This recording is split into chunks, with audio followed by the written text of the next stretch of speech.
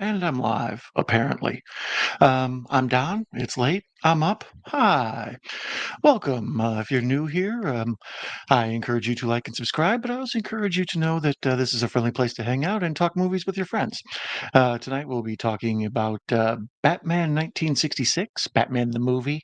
It was the film version of the old TV show, the Adam West, Burt Ward deal. It's a very campy, like fun, kind of irreverent, you know, uh, kind of a square caught in the middle of a counterculture world sort of thing.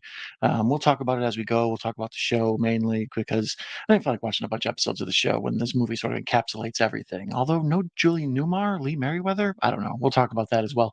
Um, welcome to those of you. I see there's some folks in the chat. Our friend brother Max is here. He says, "Hey everyone." We say, "Hey Max, how are you? Nice to see you." My friend Anthony Chabot is here. How are you, buddy? I'm doing well, thank you. How are you, Anthony? By the way, I'm still up to 2008 in my memoirs. Wow, you are cranking those out, though. It seems like just, I don't know, a couple months ago you were in the 90s, so you're killing it. I encourage all of you to check out Anthony's memoirs when they are finished. He's got his Midnight Hour shirt. Oh, yes, I'm a fan of the Midnight Hour, as well as the whole Boglin Collective, my crew. Um, yeah, tonight we're going to be watching, like I said, the old 1966 Batman the movie. It stars Adam West, Burt Ward. I thought we would maybe talk about the awesomeness of Adam West. I couldn't find it on any streaming channels. I don't know. That doesn't mean it's not out there, but I kind of bounced around and look at Max. It used to be on Max forever, and it was on HBO for a long time. Like I would always just catch it on in the afternoon. So I don't know what the deal is with that, but it's available for rent or whatever. This is one of the few times I'll be doing a film that I couldn't find somewhere streaming. I like for you guys to be able to find these things somewhere. So it might be like on Lookout or Popcorn or whatever your favorite you know user friendly site, let's say, is out there. But yeah, I couldn't find it anywhere. Legitimately streaming. So I'm going to be watching my old school DVD of it. Oh, look at that, bringing it back old school style. Yeah, this one I've had forever. I've watched it a ton of times. It's fun. Put it over there. That's better. See, that's how sides work. I know directions. Um, yeah, I've seen this one a bunch of times. I'm going to be checking it out for the first time on this player. I've mentioned before I have this weird player that's supposed to like upgrades DVDs to HD. Mm, it says it does it to 1080, but really it does it to like 720, but it looks like it doubles the frame rate. So every movie looks kind of weird. Like all of a sudden, like the difference between a 30 frame and 60 frame video on YouTube. Like there's depth to it that looks weird. All right, that's way deep into the woods and the nerd talk. But so I like going through and watching all my old DVDs on this upgrade thing and seeing the weird depth and the strange presentation. But I'm going to go ahead and start this up here, and then we can. Oh, it's already 1:33. Man, I've been up for 3 minutes rambling to you guys. You must be sick of me and my not talking about Batman stuff. A lot of Batman talk. I thought we would watch this one as a jumping off point to do a couple of Batman different movies we'll watch. So there's a series of polls right now on my channel. You can go into the posts section or the community section, whatever your preferred app calls it. I have a whole bunch of things for you to vote on regarding your favorite, Batman, your favorite Batman movie, your favorite Robin, your favorite Alfred, et cetera, et cetera, et cetera. So I encourage you to go there, check those out, vote on those. That'll help shape our month as we go, and we talk about Batman for the next couple weeks here, or at least for the next little bit. I like to poke the I like to poke the algorithm. Got to be careful when you say poke and anything after that. I'd like to poke the algorithm to try to encourage some of my bat friends to join our Night Owl ranks here. Um, I find Batman is the preferred superhero of the person who can't sleep. Um, so much in the same way, all those Gremlins videos I made ended up bringing in a lot of Gremlins fam. I'd like to bring in a lot of Bat fam. So let's start tonight with an important, what I think is the first important one to me. They made some old black and white serials back in like the like 30s and 40s, but this sort of pokes fun at those. But this is more, fun and loose and silly. So I'm gonna go ahead and get started on this right here. Press play. It's at the 20th Century Fox logo. Apparently I press pause twice. Why am I doing this? Oh, I hate when technology be technology. And there we go. All right. Um, Maybe that's why Warner Brothers has trouble with it. This is a 20th Century Fox. I believe when this show was on the air, I obviously never saw it first run. When I was a kid, it was in syndication like everywhere. You would just same bat time, same bat channel. Um, at the beginning, there's a weird, like, I don't know, prologue where they sort of explain to the audience that this is pure escapism and unadulterated entertainment. Like it's almost like they're covering their butt for being so irreverent or something. I don't know. Late 60s movies are weird. It's like they wanted to be part of the counterculture and like have all the rebellious kids be into what they were doing, but they also like didn't want to piss off the squares.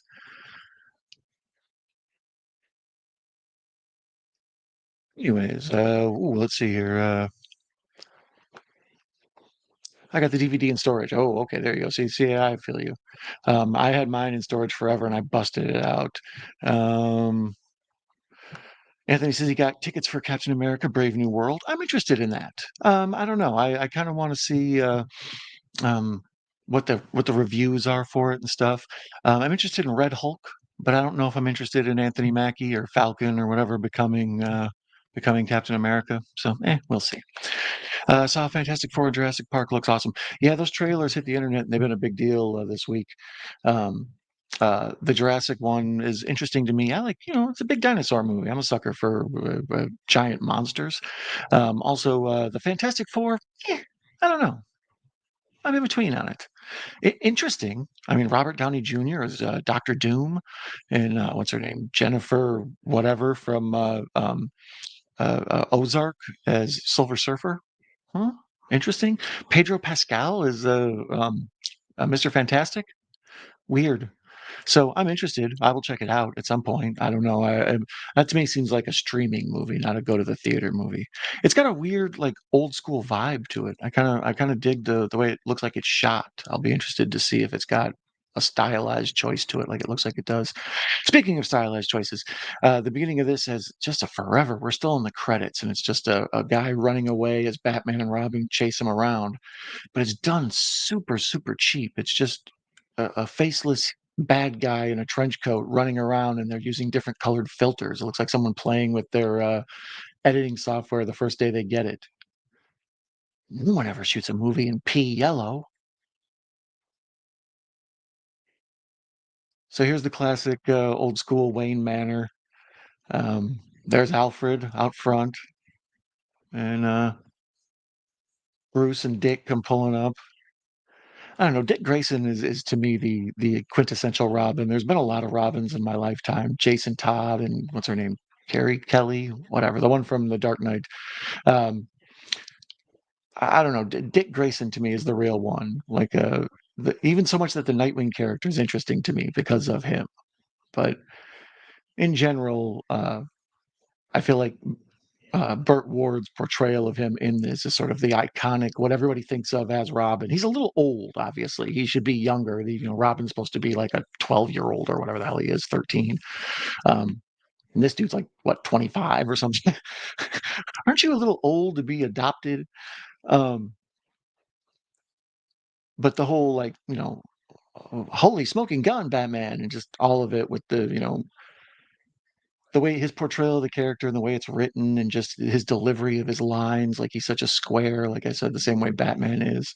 Um, yeah, he kind of kills it at this. Oh, let's see here. Echo is here. He says, I have come to watch Fartman 1966. Oh, really? I've never seen Fartman 1966. Oh, that's probably a confusion in the way you read it. That was my fault. I'm sorry. Chabot's ready for 80s week. Yeah, I know. I understand what our friends over with the Midnight Hour Collective over there, they're doing the 80s week. Um, Lots of awesome fellows in those crew and ladies. Let's see. I don't know who John Malkovich is playing in Fantastic Four. Yeah, I didn't know he was in it. I'm looking forward to Vanessa Kirby as Sue Storm. Yeah, I don't really recognize her. I don't know if I don't watch something she's in or what, but I was trying to place where I had seen her before. I think she's new to me. Um, let me see here. So here we see Batman and Robin in their Batcopter. Um, this show in general, this movie, I should say, well, this movie's based on the show. Um, It's it pokes fun at the old serials that I mentioned earlier of how absurd this guy in this outfit looked, like how dumpy he looked and just like the colors and everything. And even his Robin looked sort of absurd, right? So when the 60s counterculture rebellious, give your finger to everything that came before you movement kind of came along, the hippies and everything else, the beatniks and all the other things, the damn the man society, they kind of wanted to give their middle finger to their parents' generation, and this square, like, do-gooder, sort of Dudley Do-Right character in the counterculture, going to all these people tripping acid and stuff. And Batman's being like, "No, thank you, I have crimes to solve." It's funny and it's charming. I think it's important in Batman history and movie history because, well, the portrayal, I should say, the characters of superheroes. It's important in all that because it sort of pigeonholes them all to be absurd. Like people kind of this show and this movie point out just how insane the idea of a superhero is and how ridiculous it really would be in real life. That's why I feel like Christopher Nolan's films are such an achievement. They do the exact opposite. They're like, how do we make this as real as possible? So the absurdity of all this is kind of becomes like what people consider superhero movies to be. Like just, oh, you poke fun at how dumb it all would be. And it took a long time to get the modern, couple decades of superhero films that are out where they take themselves very seriously. You know, Sam Raimi's Spider-Man was really the big one. Of course, Burton's Batman was huge, but even then, there's a little bit of like quirky silliness to it. Like early Tim Burton all has quirky silliness to it, um, but then when Schumacher gets on board, it starts reverting back to this style. I find Batman and Robin to be very indicative of like the way this is told. Hold on, we're coming up on one of the dopest scenes ever in movie history. Batman's hanging off a rope ladder from the Batcopter, and I believe at one point a shark jumps up and grabs his leg, and he busts out Bat shark repellent because he's got everything covered. Um, I got a girlfriend now. Can't say who she is. Anonymity is best. I find in matters of the heart, it's fine. It's best to be discreet. So, shout out to Chabot's lady. You got yourself a great guy. So here, Batman's on the getting ready to jump down onto the roof of this, uh, I don't know, jumbo yacht kind of thing, and Robin's caught in the wake, and the rope ladder goes down into the ocean, and the fakest looking shark in the history of sharks comes popping out of the water attached to Batman's leg. It's so like insane. And Batman's punching it in the head. Oh my goodness. Yeah, this is one of the things I remember about this movie so much. It's like bat shark repellent. Some days it's impossible to get rid of a bomb. Some days you just can't get rid of a bomb. Um, the whole Commodore Schmidlap thing and the whole Bruce Wayne and whatever Catwoman's Russian alter ego that she seduces him with is named. Um, And then there's the whole thing with the United Nations, and they get turned into powder, and at the end they all get mixed up, and they have to get like resorted and sifted back out to be put to get back together. Sorry, spoilers. Spoilers. Didn't mean to spoil it for you. Oh, Chabot says he just shared this in his community tabs. Well, thank you, Anthony. I appreciate that, buddy. It's cool of you to hang out. It's cool of you to shout me out. Always a cool friend. I'm hoping that they make the cut of Batman Forever. Yeah, I'm intrigued by that because for a long time I wasn't into Schumacher's work with Batman, and like everything, after time passes, people can appreciate different aspects of it. I found Batman Forever to be very good, um, much more silly and childish than obviously Burton's view on the character, but.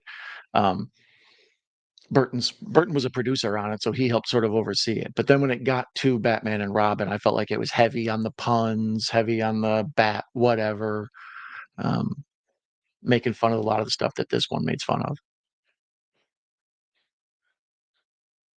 This show used to be on like all the time when I was a tiny kid. Like that was prior to us having cable, so we would get stuff on the rabbit ears TV. This is one of the things you could get out of Chicago, and they would always like bundle them. They'd show like 2, 3 episodes at a time, so you could kind of watch those story arcs. Like the show itself would often end on, join us again, same bat time, same bat channel, And then, the commercial would come up, and then they would go back to it, and then follow-up episodes. If there really wasn't a big cliffhanger, like, "Boy, I sure hope Batman escaped Egghead," or whatever. Um, King Tut, how will he be foiled?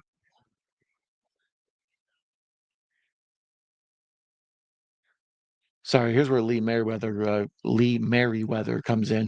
She plays Catwoman in this. It's one of the only things I don't like about this little, micro version of the movie. Obviously, Julie Newmar is, like, the iconic, woman from the show, and, she's uh, but also Eartha Kitt played the role for a little bit. Um, there was a fair amount of switching up with the characters on the show. Like, at one point, what's his name? John Ashton or whatever, the guy, Gomez Adams.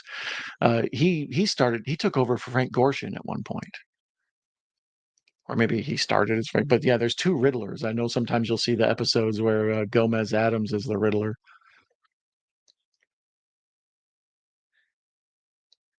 Yeah, so Catwoman's portraying herself as a Russian reporter, and she's getting into Batman's good graces.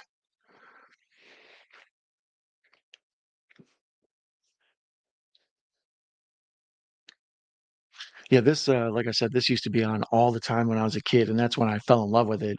Um, the whole to a child, the bright colors and the portrayal of it, it looks like the pages of a comic book. Comic books had limited colors and the inks they used and stuff for cheap prices.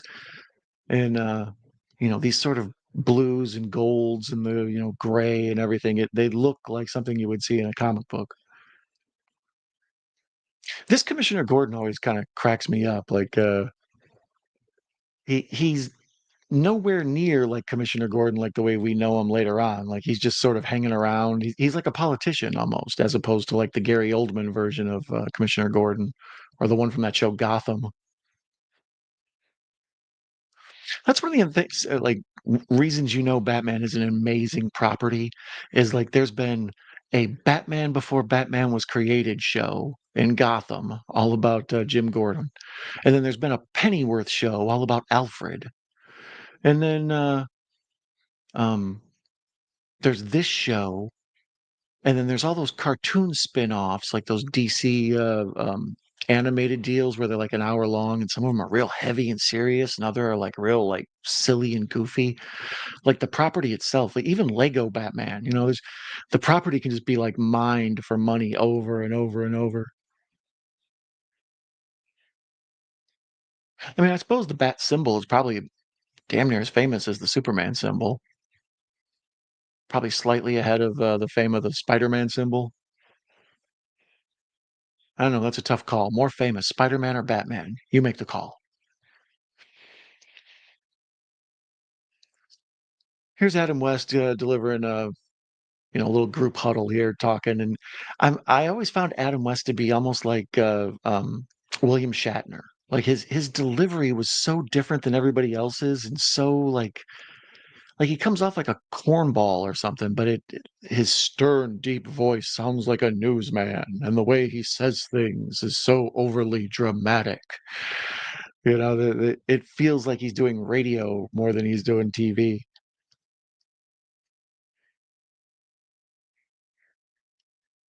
This Batman cowl, while they're doing a close up on it in this sort of pretty decent transfer. Yeah, this HD up convert in this one is pretty decent.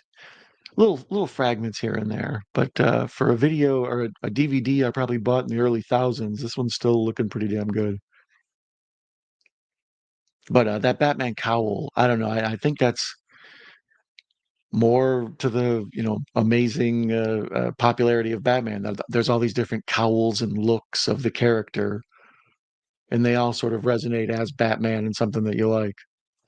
That cowl here, it's like a satin with like a weird stitching on it, and the eyebrows are just weird.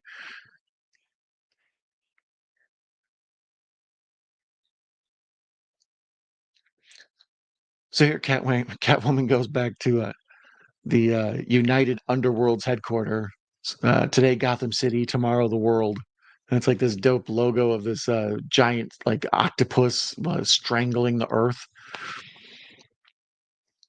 It's an octopus with a penguin head, which is The many tentacles of the penguin, I guess. But I dig this one as a little microcosm of that old Batman show, the TV show from the '60s. The reason this one's good is because it has them all in it. Like here's Caesar Romero, here's Frank Gorshin, here's Burgess Meredith. We got the whole collection of all the bad guys in one story. As I understood it, there's some confusion on the internet. At first, I read this came out after the show was canceled. And I think that is true, but I think what happened was in season 1, it was on one channel, like CBS or whatever, and then I think this movie came out after it was canceled after a season, and then I think it went to, like, ABC or something for season 2 or season 3. I know it switched channels at one point. When I was a kid, it was in syndication, so I usually watched it out of WGN in Chicago. Morning time TV. This was really a nighttime, late night movie, or late night show. The late night shows would always be, like I say, Hitchcock, Twilight Zone, um, weird oddball, like My Favorite Martian and crap nobody wanted to watch. I watched a lot of Donna Reed in the middle of the night when I was a kid. Um, but morning time TV often had Batman, Lost in Space, Gilligan's Island. I don't know why those were mostly daytime shows, but I always think of this as an early morning waking up. Batman's on, cool. This particular movie, I remember it being on HBO a lot when I was a kid. It would be on in the afternoon. They needed programming that was family friendly. Like they would try not to show anything too graphic or violent before like at least 6 or 7. And in the afternoons you would see like this on a lot, or Pippi Longstocking. Uh, anything sort of family friendly. That's where I probably saw Neverending Story 8 million times, but this was one that was forever on. So it's kind of like comfort food. Like I recognize it right away. Like just put it on in the background, watch the uh, watch the performances of everybody in it.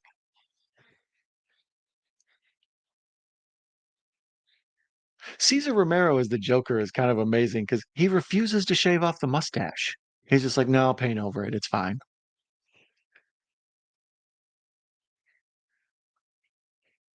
And he really does sort of, I don't know, like I say, all these versions and incarnations of Batman are so different and special their own way. And this Cesar Romero Joker he's not quite as terrifying as the Joker that we recognize from um, the comic books and the modern portrayals. Heath Ledger's Joker is like 180 degrees from this Joker.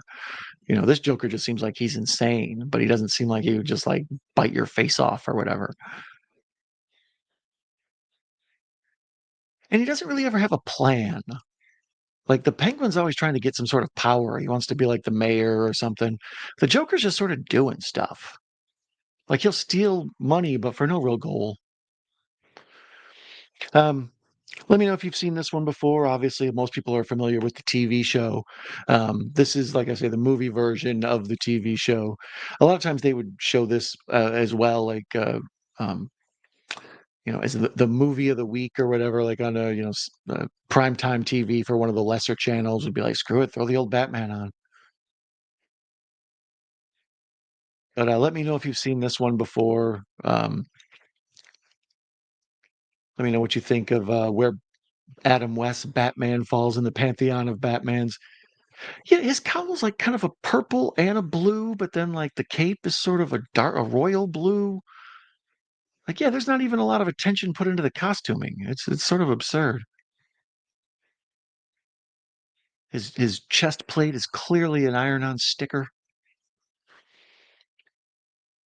If you're in the chat and you're listening to this, give me a thumbs up or some sort of shout out or yo if the audio's okay, or if there's any issues technically I should be giving thought to. Um, I'll be watching this now for let's see, what is the timestamp? Can I find the timestamp on this? Oh, I don't know.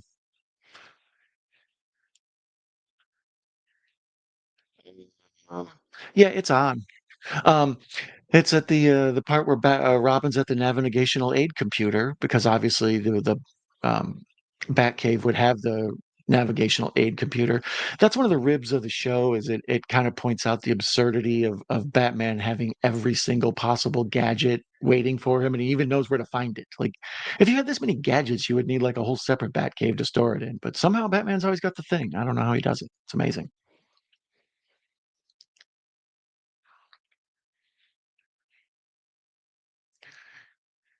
This Batman Batmobile also iconic.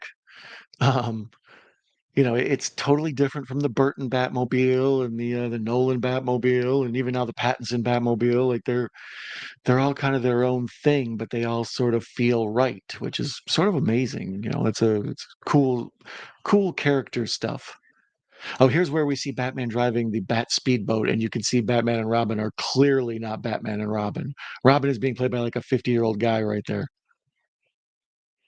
Oh, this is a really cool shot where we see a speedboat made up for Batman with the big bat fin and everything on it, and they're chasing it with a helicopter. And then they do the cutaways to the rear projection of them driving in their bat jet boat.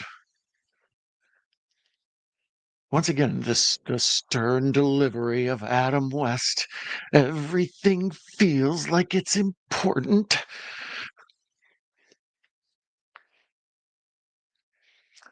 Um, for those of you in the chat or watching later on, I encourage you to check out the pinned link at the top of the chat to get yourself some Night Owl merch. If you're new here, I encourage you to like and subscribe. If you're old here, I encourage you to like and subscribe. Why aren't we friends? By God. Um, be sure in the comments of the chat to let me know what your favorite superhero overall is. I think the last 20 years of superhero movies have really changed who people's favorites are and like has really opened it up for, fans of Thor and whatever to all of a sudden step up and speak their voice. A lot more Daredevil fans now than there used to be. But Batman's always been my main guy. When I was, like I say, this was on when I was a little kid a lot. This and Super Friends, and Batman would even turn up on Scooby Doo sometimes. There would be a Bozo show would have little Batman cartoons that they would show. So Batman was just all over the place when I was a little kid. So then sometime around my teenage years, suddenly he got like dark and gritty and interesting. Once again, a lot of things I loved did that. They were childish when I was a child, and then they got more adult as I became adult, and they grew with me. So, Batman sort of went under that as well. He spent decades just being what this show portrays him as, is like a do-gooder billionaire who doesn't want the recognition or getting busted out for what he's doing, so he wears a mask. Clearly, a painting behind them. That was kinda awesome, and this transfer, you could straight up see the wallpaper, beh in, skyline when they're in the boat. It looked like Truman Show, it was insane. Um, but yeah, Batman, he was a nerdy, dorky character. I had those, like, Mego toys when I was a little kid, the, like, cloth figures over the, like, multi-articulated, I don't know what size they are, but they were super cool. I had Batman and Robin and the Joker, and I think I maybe had I don't know, I had a bunch of Aquaman and a bunch, but, um, Batman and Robin were the first, like, action figures of people I ever played with, I remember. And then, the Frank Miller stuff when I was a teenager was just like I don't know. Well, I was probably like 11 or 12, but I thought was started collecting comics again, and that Dark Knight stuff was just awesome. Totally different, weird. It felt like you were reading like I don't know, grown up stuff, like still not usual comic book fare. And then later on, Burton's Batman was such a big, huge hit when like a lot of Bat fans came out of the woodwork at that point, and Batman became like a cornerstone in society. And then like I say, the Schumacher stuff sort of faded it out, and they made people thought it wasn't a usable property, which is absurd. I remember when Nolan's Batman came out, I'd never even heard of it. I was working at a video store at the time, and just one day I opened up boxes to put out on the shelves, and there's Batman Begins. I was like, they made a new Batman movie? I never heard about it. I was too busy to pay attention to theater stuff. I was doing all renting stuff back then. And yeah, I didn't even know they made a Batman movie. And then by the time The Dark Knight came out, that like blew everybody's mind. That was like the wildest best. Like Batman Begins kind of starts the idea of what if we took this as serious and as real as possible, but Dark Knight really, steps on the gas with that. I enjoyed Dark Knight Rises as well. That whole trilogy is just fantastic. Um, Batfleck, I wasn't that crazy about. Um, I was happy for Ben Affleck because he likes Batman and he wanted to be Batman. He just never felt like Batman to me. Much like George Clooney, he felt like a good Bruce Wayne, but not a good Batman. I don't know. I just didn't feel him. Pattinson actually, I think, does very well, and it's kind of that early Batman prequel stuff. He seems brooding and pissed off, and he feels like he belongs in that world. Oh, Pat Master is here. He says, Don Mega, Pap, how you doing, buddy? I saw you on earlier talking about the Matrix. I had you on for a while. I was lurking. My kids were acting crazy, but I put you on in the background, and I was like, shh, Uncle Pap is talking. So our friend Nate is here. Shout out to Nate. Love me some Nate. Um, be sure to check out Nate and Anthony's channels, both fine creators. Nate's the man. Super cool dude, big heart. Love Nate. Nate, you a fan of this Batman, or are you only on the gritty, scary, up late Batman?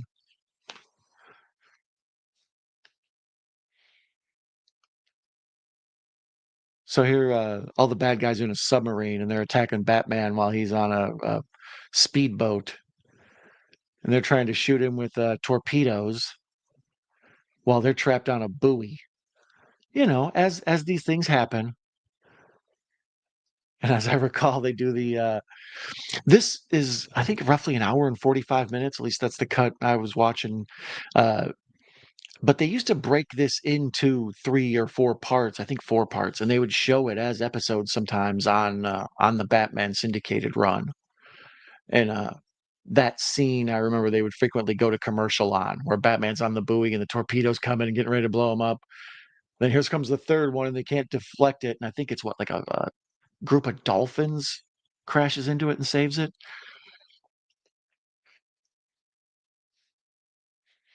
Uh, hey, our friend Ben, Grimm is here. How you doing, Ben? Kabong. Kaplawi, kaboom. Yeah, that's another thing, Ben. Good. Thanks for bringing that up. This is because of its, trying to look like a comic book and feel like a comic book. All the fights are sort of iconic because when there's these punches, they are able to cut over the punch and put up a big like cartoon pow, bam, poof, and some of the words you see like swing and stuff like it's just absurd, but it feels, I don't know, comic booky and big and just over the top, otherworldly, surreal. But anyways, welcome Ben. Ben's awesome. Ben's always got the good info. He's a knowledgeable dude. I like all that, man. I can't say the same for Superman, unfortunately.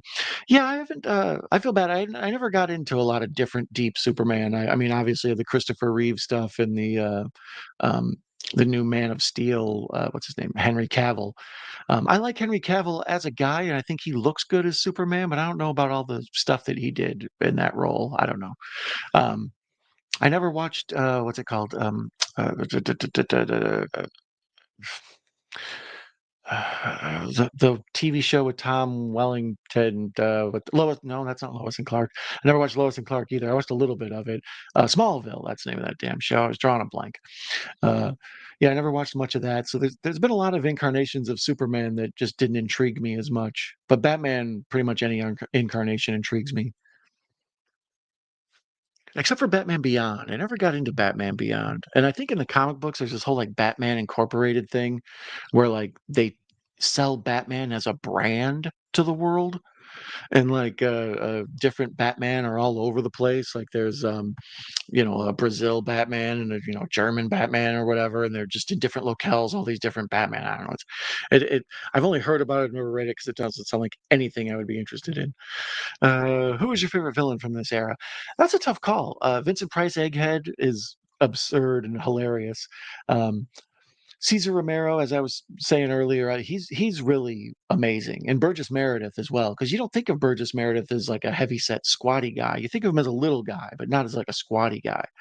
Um, and just the whole thing where he talks like the Penguin and waddles, and the way that Romero dances around and is just Gorshin. I feel like Jim Carrey's a great on-screen Riddler, but he's totally doing his version of Frank Gorshin. Like Gorshin's long, lanky body and weird kind of uh, um, Mike. What's that Halloween thing with Tom Hanks, the Michael Pumpkins or whatever?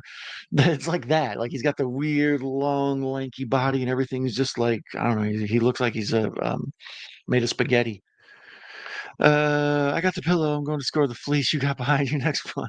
Nate, you are awesome. I thank you, buddy. Yeah, the blanket behind me is cozy as hell, and I frequently use it as a backdrop. So it's double whammy for me. But several times my baby has fallen asleep on that thing. Um, and thank you for getting that, Nate. I appreciate that. Like I said, you can get your own Night Owl Movie Talk merch pinned to the top of the chat, and I usually go and pin it at the top of the comments as well because I'm shady like that. Burt Ward wrote a very scandalous tell-all about his life as Robin. Apparently, the costume was popular with the ladies. Yeah, I remember that. I think that's kind of the cycle of a lot of these celebrities. Like when they get to a point where they're struggling to maybe get as the same amount of fame as they had, they'll write the tell-all book and they'll really get, you know, as Robin, I slept with 15,000 women. Like, damn, Robin, who knew? Um, let's see here. Ward was the reward, right? Boy Wonder, My Life in Tights is the title. Yeah, I remember when that came out. They also did at least one Return to the Batcave, like 10, but probably 20 years after this was a popular. They did a movie of the week type thing where they were a little bit older and the characters that the rogues gallery was a little bit older and everything. And it was weird because even in those, Batman feels a little too old to be Batman. But Adam West was like in the media when Michael Keaton became Burton's Batman, and he was super pissed that that was the case. Like he thought he was the only Batman, and it was a crime to not have him be. And it just seemed absurd to me. Like, dude, you got to understand, you totally did a different thing that they're hoping to do here. I remember that title for some reason. Right? Yeah, me too. Like I said, I kind of remember when it came out. I think I remember him doing the talk show circuits. They did a follow-up series to the '60s Batman series in a movie called Batman '66. They did a crossover storyline with Batman and the Green Hornet. Yeah, I do recall the Batman Green Hornet storyline. I never knew about the Green Hornet when I was a kid, and then I found it like later on, in my teen years, and I was like, this looks a lot like Batman. And then that episode's, where there's the crossover. I believe the Hornet shows up in one of the Batman episodes too. But for those of you who've never seen the show, Bruce Lee plays Kato, the Green Hornet's assistant. I always felt like Kato kind of did all the heavy lifting. Like the Green Hornet was just sort of a rich guy in a cool car, and his sidekick beat everybody up. Yeah, they had animated Batman '66 movies. Yeah, they did a series of those too. Like I was talking about those animated features. What the hell were those called? I can't think what they're called. Um, but yeah, they did the animated version that way they could make the older guys still young. And then I think they did two of them. There's one where they meet Two Face, and then there's another one, whatever it's called. But um, those I believe are available on Max as well. It's for my couch. I'll do a video shout out to Honor Don Zombie from all of us. I got a shout out. Well, thank you. I will. I'm working on a commercial, including all the videos and pictures of people who've bought product and been nice enough to share it with me. So I'm sure you'll be turning up in that as well, my friend. I need to get my hands on the Batman '66 graphic novel and the Batman '66 Wonder Woman '77 crossover. I didn't know they made a crossover of the '66 and Wonder Woman '77 crossover. Um, but that would make sense because both of those shows, uh, like when I was that very young age, like pre-10, in between 5 and 10, where your brain's a sponge, probably even between 4 and 10, um, there was that old school Spider-Man. Um, they would show those in movies, movie of the week type things, would be on from 7 to 9 or whatever. Uh, and then there was the Batman in syndication, and then there was the Hulk TV show, and then there was the old Linda Carter Wonder Woman in syndication, and then later on they did those Reb Brown movies, and they kind of phased out like the popularity of superheroes on screen. Nobody could really compete with Christopher Reeve's Superman, so it all just sort of faded out until Burton's Batman. But when I was a little kid there, every superhero was on TV. Shazam had a damn show. I remember that. That was weird. Echo. Hey, Pat. Hey, guys. It's nice to have you here. For those of you joining us now, popping in the stream, a couple folks stuck their head in. Hello, welcome. We are watching this the movie version of the old Batman TV show. Um, I've seen this one several times over and over because really every time a new Batman property would come out, they would usually re-release this because it was a cheap property to get a hold of to put out. That's why I was surprised I couldn't find it on streaming anywhere. It was on Max forever. Apparently, it's a 20th Century Fox property. Here's Lee Mayweather, Merriweather. I always want to say Mayweather. Lee Merriweather as Catwoman.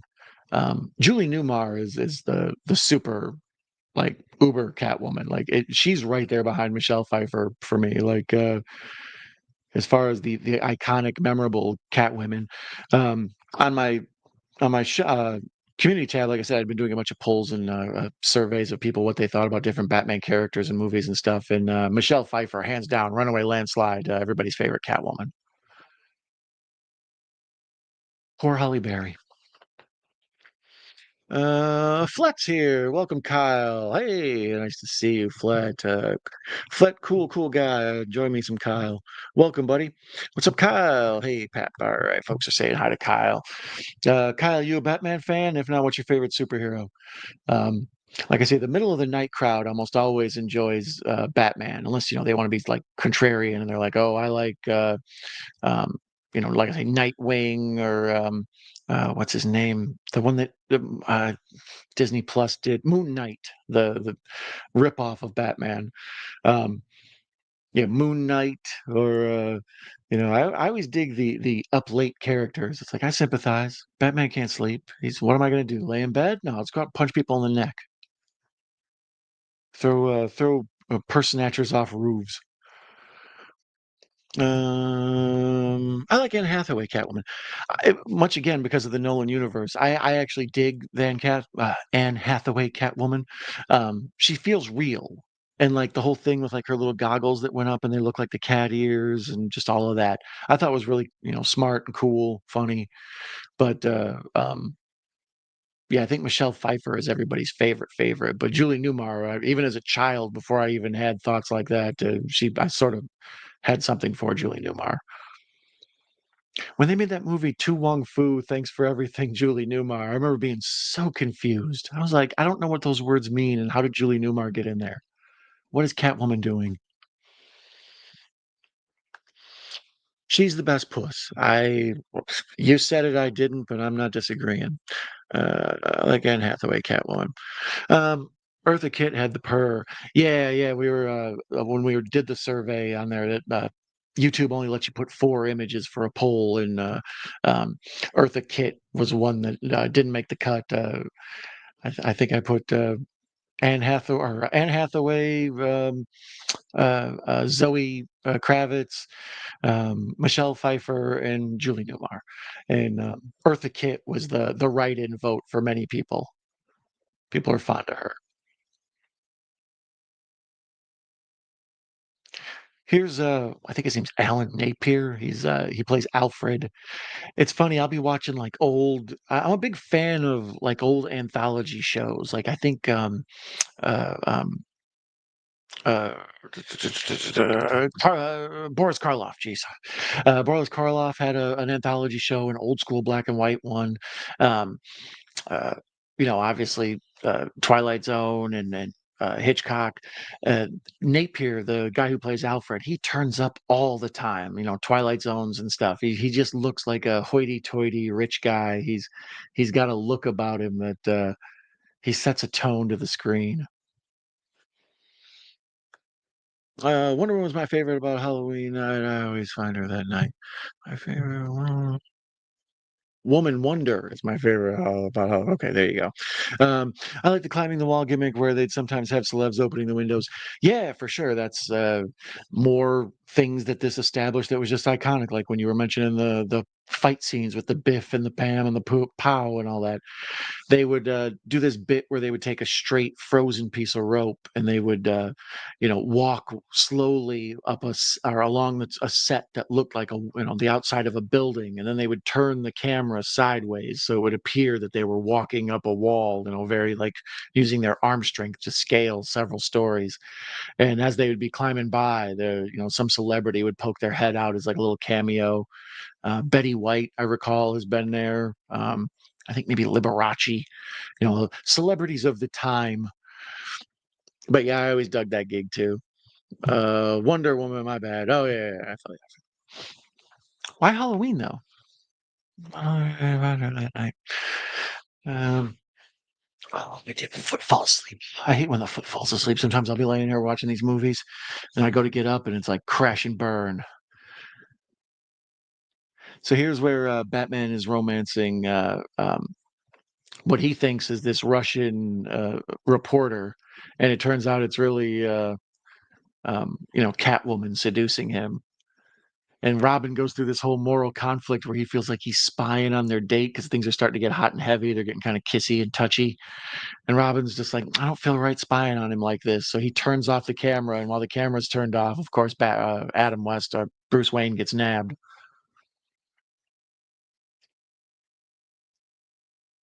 Out of all the Bruce Waynes, I don't know where Adam West would fall. Like I said, I find Clooney and Affleck and Christian Bale, I find all them to be very good Bruce Waynes. I find Michael Keaton to actually be a better Batman than a Bruce Wayne. Val Kilmer probably does both really well. Clooney, he had the jaw for Batman, but he just looks so stiff as the character. I don't know. I never felt him. She was always out there at Halloween. Oh yeah, I feel you. I feel you. They had the Green Hornet crossover with the wall gag. Oh, okay. There you go. Yeah, the Green Hornet's car, not as cool as the Batmobile, but pretty cool. These Batmobiles, these are all over the place. I remember when there's got to be about 20 of them or something. Uh, the wrestling guy, Jerry the King Lawler, he owns one. For forever as a kid, whenever you'd see a commercial on TV for the big car show, coming up, they'd be like, "Come see the Batmobile." It's like, how many of these damn Batmobiles are there?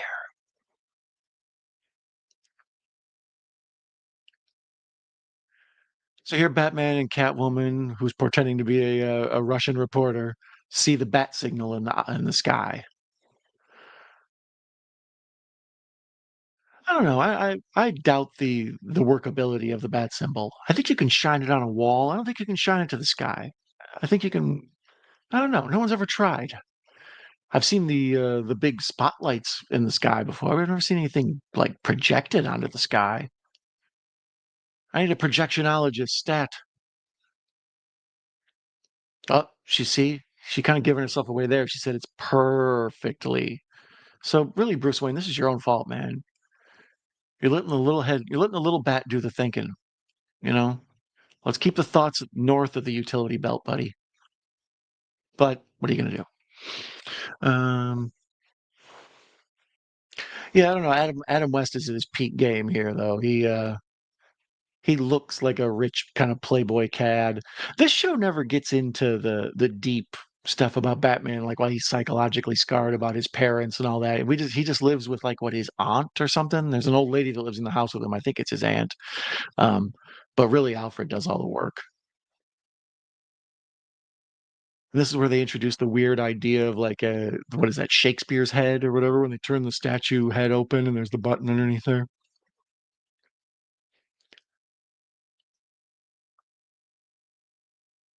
Batman's talking dirty to her, and he said, and it approaches a climax.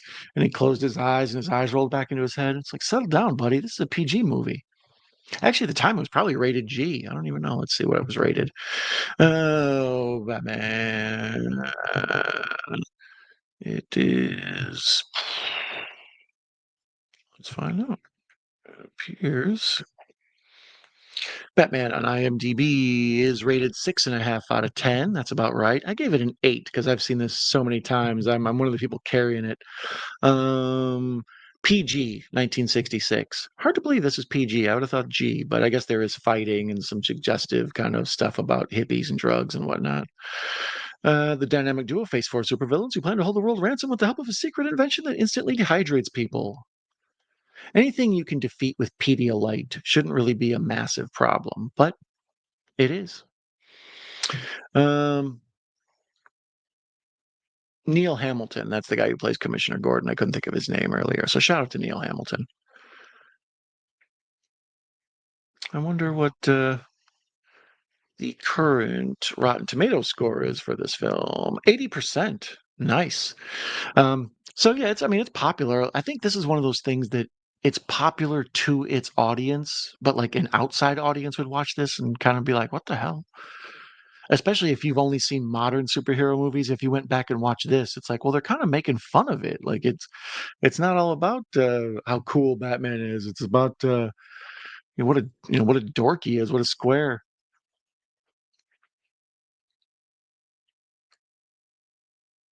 So here they're all riding the penguins like sky cycle things. They're basically flying parasols because the penguins always got a parasol. It never made sense to me. I've never seen a penguin with an umbrella in my life.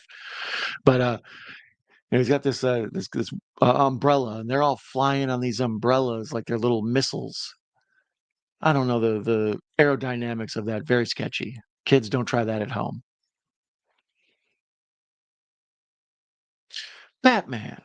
I know she said she's a Russian reporter, but she's got a little brooch of a cat on her nightgown. Give me a break. You're kind of a dullard. Oh, although that velvet tuxedo you were wearing is flame, sir. Good for you. Let me see here. What was the budget? $1.3 million. Box office, 3.9 million in rentals. So yeah, the big way this made any money ever is in rentals. Like I said earlier, every time there's a new incarnation of Batman, they would re-release this. Now with the lesser popularity in physical home media, I doubt they probably did with the Pattinson Batman. I don't know. It's probably out there floating around in those double bins, the dump bins you would see at like the grocery stores and stuff. But I've seen this one in many, like I say, this guy, many incarnations. Um, Pretty fun. What's inside of it? Oh, just a card with the chapters and what have you. Oh, let's see. Let's see. Oh, there we go. Oh yeah. Oh yeah. Look at that. Professional broadcaster. Thank you. So here, as Bruce Wayne, Batman, he was alone with what he thinks is his Russian reporter lady, and instead, as he's sitting there alone with her, and they're getting ready to make out, and all the bad guys bust in: the Rogues Gallery, Joker, Penguin, Riddler, etc., a bunch of henchmen, and Bruce Wayne fights off one, two, three, four, five dudes. I mean, I don't blame him for not noticing that Catwoman or his lady friend was over in the corner going, like, that should have tipped him off once again that's not the right lady for you. But yeah, Bruce Wayne fought off like five dudes. So I don't really get how he's keeping a good secret identity. Shouldn't he have been taken immediately? Like, oh, I got to take this ass whooping just for the secret identity.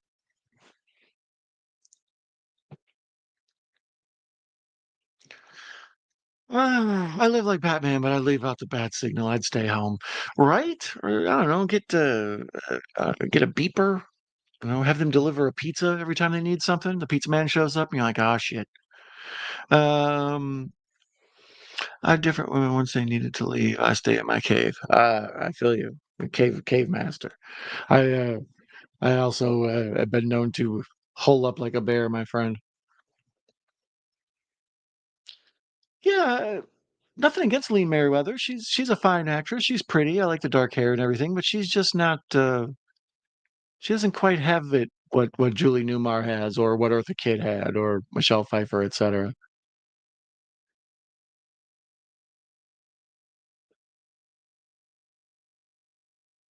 Frank Gorshin's another one who turns up in a lot of old school black and white, movies and anthology shows and stuff.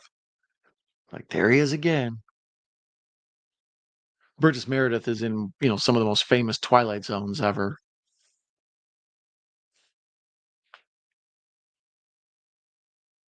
So here, Bruce Wayne is threatening the Rogues Gallery and telling them, if you've done anything to my lady friend, I'm gonna beat you all up. And then he charges at them and runs into the wall with his head and like gives himself a concussion. Do you ever think you're kind of an idiot?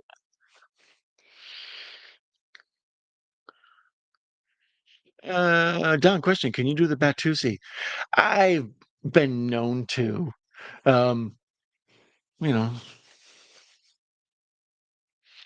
isn't that what they do in Pulp Fiction?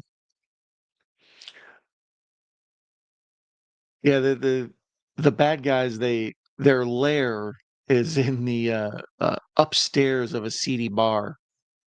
So every time they come or go, there's a strange like we got to run by a bunch of like low level criminals to get to the criminal kingpins.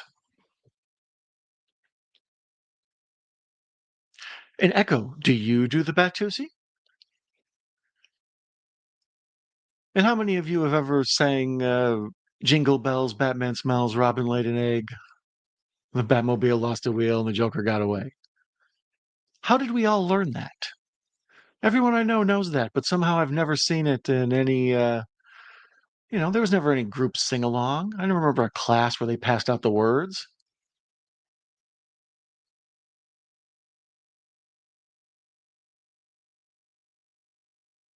Batman, you are a dope.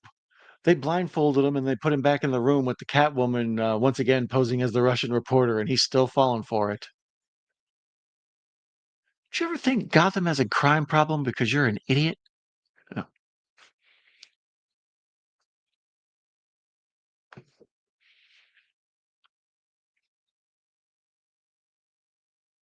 Yeah, Cesar Romero, I think he probably is my favorite out of all these. Burgess Meredith is awesome. Every time I look at him, he just feels like Penguin. It's just Danny DeVito's Penguin is so like super memorable. Colin Farrell's new Penguin is a fun, cool, interesting take on it. But I don't know, Burgess Meredith and Danny DeVito are like the two Penguins of my life when I think about him live action. Cesar Romero, unfortunately, gets shuffled behind Nicholson and Heath Ledger, and he just feels like one of many good Jokers. Even Joaquin Phoenix's Joker is pretty damn good. I never got into Jared Leto's Joker. I don't think anybody got into Jared Leto's Joker. I like the idea of Jared Leto's Joker. I just never liked the execution of it.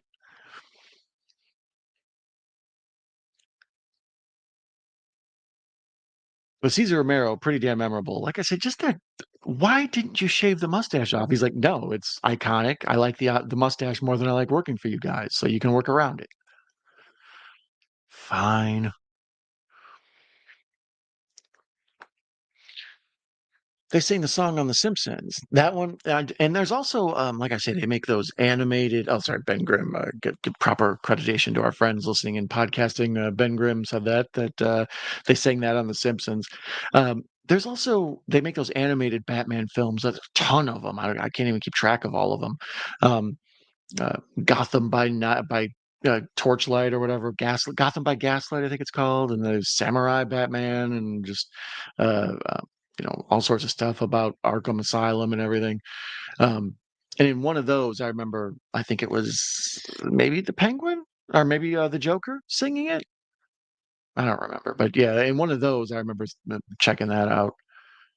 I think my favorite of all of them is Batman versus Dracula. It's pretty damn good because it's got Penguin and it's got Joker and everything in it, but it's Batman versus Dracula. It's a good Halloween movie. Echo says he does the Echo C. Wow, I would like to see the Echo C. Back when word of mouth wasn't silenced, less copyright laws enforced, and people claiming for likeness rights, money, etc. People talked in person, shared, etc. It's my guess. Yeah, probably. There was more word of mouth. People commiserated or more, and but just yeah, every little kid I know learned that at some point. I don't know where that all came from. I think that's a glitch in the matrix. Did you like that Gotham show? I like their takes on the villains. Yeah, I actually enjoyed Gotham. One time I was looking for, a show to watch, and you're kind of stumbling through, and it's like, well, I love all things Batman. It seems like just the property itself would keep me interested, and it really was good. I think I got through like season 2 or 3, and they were still producing them, so I never finished up with it. Right around the time the Joker showed up is when I quit watching. But I thought that guy who did the Penguin, as a skinny Penguin, that was an interesting take on him.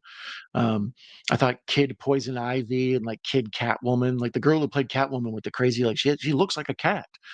Um, yeah, I thought Gotham was good. If you have never seen Gotham, I'd recommend checking it out and watching it.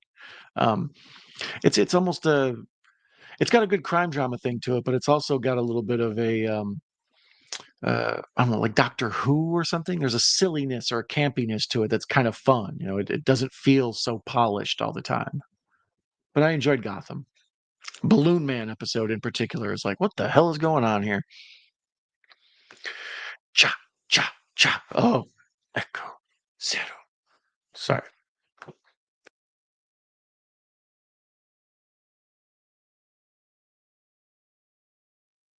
Sorry about that. Lost connection to my mic. Trying to cha cha cha. Echo zero. Cha cha cha. Break my mic. Echo, that shows how much I love you, man. I turned off audio for the whole show. I'm willing to ruin production for you, my brother.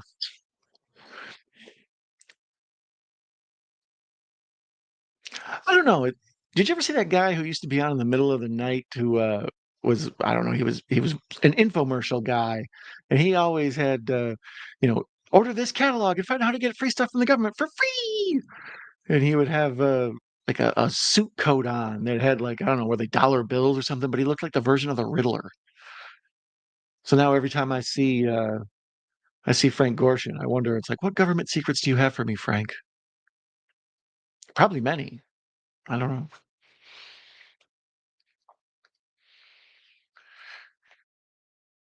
But this story is all over the place. At first, they're gonna kidnap Bruce Wayne, and then later on, there's the whole thing where they're gonna kidnap the members of the United Nation and use the total dehydrator thing on them. And yeah, here Penguin just came out with the Big Ben Distillery total dehydrator, and their plan is to suck all the water out of the members of the United Nations and then hold them for ransom. And here's the test subjects where they fry up a bunch of Penguin's men. Matthew Lesko. Ben knows. See, that's what I tell you. Whenever Ben shows up, I'm like, Ben's got my back on this stuff. Yeah, exactly. Matthew Lesko. He looked just like the damn Riddler. Every time I turn him on, I'm like, where's Batman to capture this guy? Government grants for free. Do you want a car? You can get a government rebate for free. Wow, that's some late 60s special effects there. They did like a kind of a funky light version, like overlay, it's sort of animated, but yeah, heavy duty. And that's all the water that's in people? Oh, I challenge Joker. If you're going to reduce someone to a pile of dust, you're going to need more than like 2 cups of water. That's just insane. And how come the things around him don't get dehydrated? I have questions about this dehydrator. Can I use it to make beef jerky at home? Well, then what good is it? He has an Instagram where he still does that stuff. For real? Awesome. Tank Girl did that same dehydrate thing. Tank Girl's weird. I only saw it like once or twice because I think I watched it when it first came out on home video, and I was intrigued by it because I enjoy all things comic book, just if nothing else than to see how they handle it. And I thought Tank Girl was just so weird. Later, I never would have guessed it would have become a cult classic. Like there's a lot of folks who love Tank Girl. Um, I enjoyed Johnny Mnemonic. Mildly enjoyed Barbed Wire, but that was for different reasons. But yeah, like a lot of them things like that I enjoyed.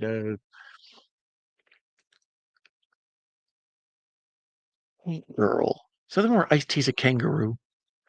Don, can you describe this movie badly, please? Yeah, that is a good question. Um, hmm, what angle would you guys take with this one for describing it badly? I would have to. Probably, um, maybe misunderstand that Batman and Robin are, uh, gay lovers.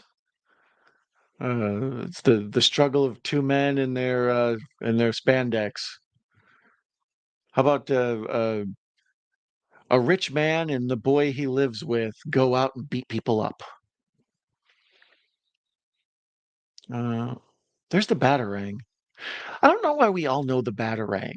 It's such a dumb concept. It's like, well, it's a boomerang, but it's shaped like a bat. Oh, they're doing the wall stunt. All right, so yeah, we're seeing Batman and Robin climbing up the wires. The rope that they climb up is so small. There's no way they wouldn't slide down. All right, they're walking by some windows. Who are we gonna get here? Who are we gonna get? Is it gonna be Robert Goulet? Is it gonna be Stephen Eady? Um, Milton Berle? What in the name of Soupy Sales is that? There was somebody walking up the wall. Harold, get in here. That was kind of a lame cameo, unless that's somebody I'm just not familiar with their work. Here we're approaching the famous. Some days you just can't get rid of a bomb.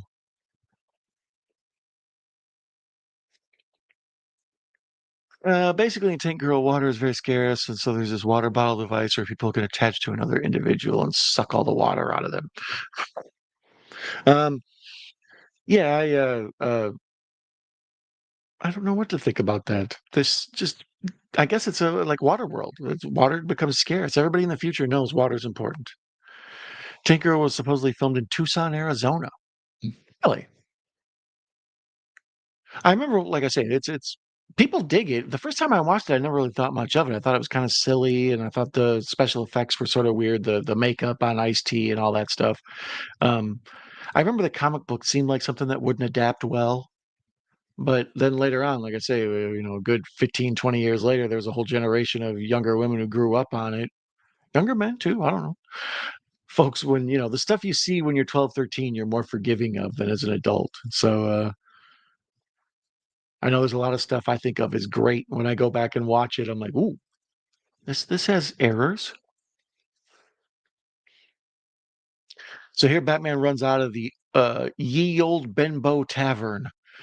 And he can't explode it in there because there's two BBWs eating some all-you-can-eat crab, and he can't throw it to the left because there's two nuns, and he can't throw it to the right because there's a lady walking a baby, and he can't throw it ahead because there's a marching band, and then he can't throw it over the pier because there's a guy fishing, and then he can't throw it off into the ocean because there's a boat there.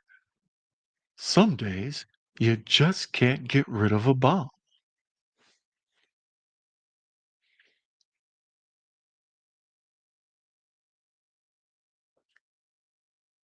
Yeah, I don't know. Since we brought it up, let me know in the chat what or the comments in the chat what you think of Tank Girl.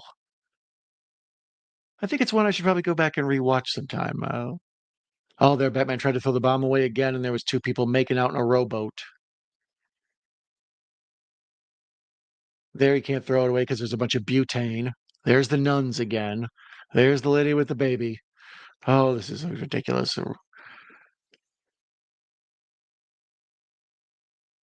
Then the baby ducks.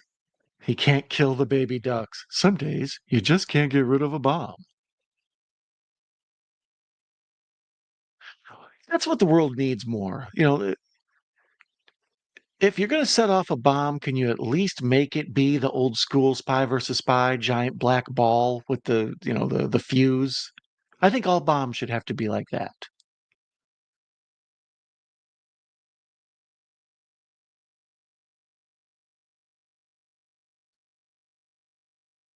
So here, Robin runs up, and we think Batman has exploded, and we realize he threw it behind, he threw it in the ocean, and then hid behind some pipes. Which, like I say, when they would show this on TV, that'd be one of the ones they'd go to the commercial on. Lots of like cliffhanger moments. It's like, can you make a movie that would play good on TV? Live Style says Tank Girl is fantastic. First, welcome Live Style Rewind. You are always awesome and welcome. And see, there's one vote for Tank Girl. So yeah, if you're a Tank Girl fan, speak loud and proud. I don't judge. Like I say, the first time I watched it, it kind of blew past me. It wasn't something I was really digging, but there's been plenty of things in my life that the first time I watched it mean much to me, and then after I went back and watched them later, where I thought were great. You ever see Bound? It's like a heist thriller with Jennifer Tilly and Gina Gershon. I remember watching that one time. I rented it and was like, I didn't think anything of it. And one other night late, I couldn't sleep, and I was really paying attention to it because I'd seen it before. So I was just looking at the cinematography and everything. I was like, this movie is a masterpiece. That's how Fargo was. There's all sorts of stuff out there that the first time I see it, I didn't like Big Lebowski the first time I saw it. Some films need to be absorbed a second and third time. Maybe Tank Girl is one of those. Oh, let's see here. Pat Master says Tank Girl was great on shrooms, but it was different when it first came out. So I like to eat shrooms and watch those oddities. Oh, really? Well, I like to eat shrooms as well. And I haven't seen Tank Girl in quite a long time. I remember seeing, you know, people post pictures of Ice T in the kangaroo outfit. Tank Girl is okay. I rewatch it, but I wouldn't pay $40 for a 4K of it. Yeah, yeah, that's probably a bit too pricey in that range, I would say. Our friend Gareth from Video Tasties is here. Good morning, my friend Gareth. Nice to see you. Gareth's always got the good watch-alongs going on. Every time I see one coming up for him, it's always one that a movie I want to check out, or at least hear his thoughts on it. He's got Soul Man coming up. I want to hear Gareth's thoughts on Soul Man. There was a heavy discussion in my home earlier. I was discussing with the the missus whether or not it was okay to refer to the next few weeks of Batman movies as Bat History Month. And she's like, poor taste. I was like, I know, right? So do it or no. So we decided no out of better taste. But Batmanuary seems like it would have been better in January, right? So I don't know. The bat naming of this month is still open. If you have any ideas, feel free to let me know. I like a lot of stuff that most people would consider very good, but I don't really care anymore. I also love shrooms anytime, anywhere. Live, see, once again, you just get it. That's why I like you. You get it. Sir Garth, you forgot the E in his name, but yeah, him too. Video tasties, people love Gareth. Um,